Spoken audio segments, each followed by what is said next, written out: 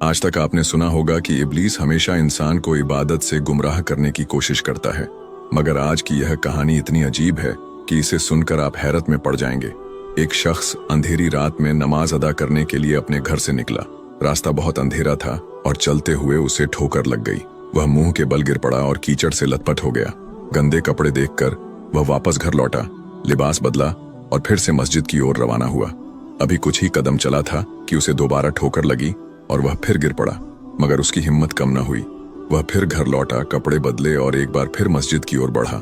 इस बार जब वह घर से बाहर निकला तो दरवाजे पर एक अजनबी खड़ा था, जिसके हाथ में एक चमकता हुआ चिराग था।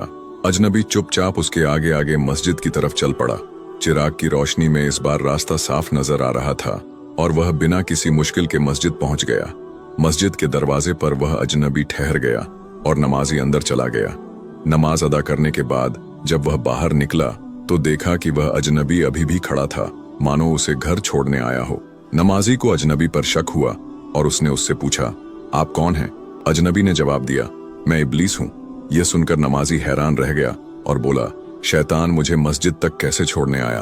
तेरा काम तो लोगों को गुमराह करना है। इब्लीस हंसते हुए बोला, जब पहली बार तू गिरा तो अल्लाह ने तेरे सारे गुनाह माफ कर दिए। जब दूसरी बार गिरा तो अल्लाह ने तेरे पूरे खानदान को बख्श दिया। मुझे डर था कि अगर तू तीसरी बार गिरा तो अल्लाह पूरे गांव को बख्श देगा, इसलिए मैं चिराग लेकर आया ताकि तू बिना गिरे मस्जिद पहुंच जाए। यह सुनकर नमाजी की आंखों में आंसू आ गए। उसने सजदे में गिरकर अल्लाह का शुक्र अदा किया कि उसकी मेहनत और नियत को अल्लाह ने कबूल कर लिया। क्या आप जानते हैं हमारे नबी ने कभी अजान क्यों नहीं दी थी?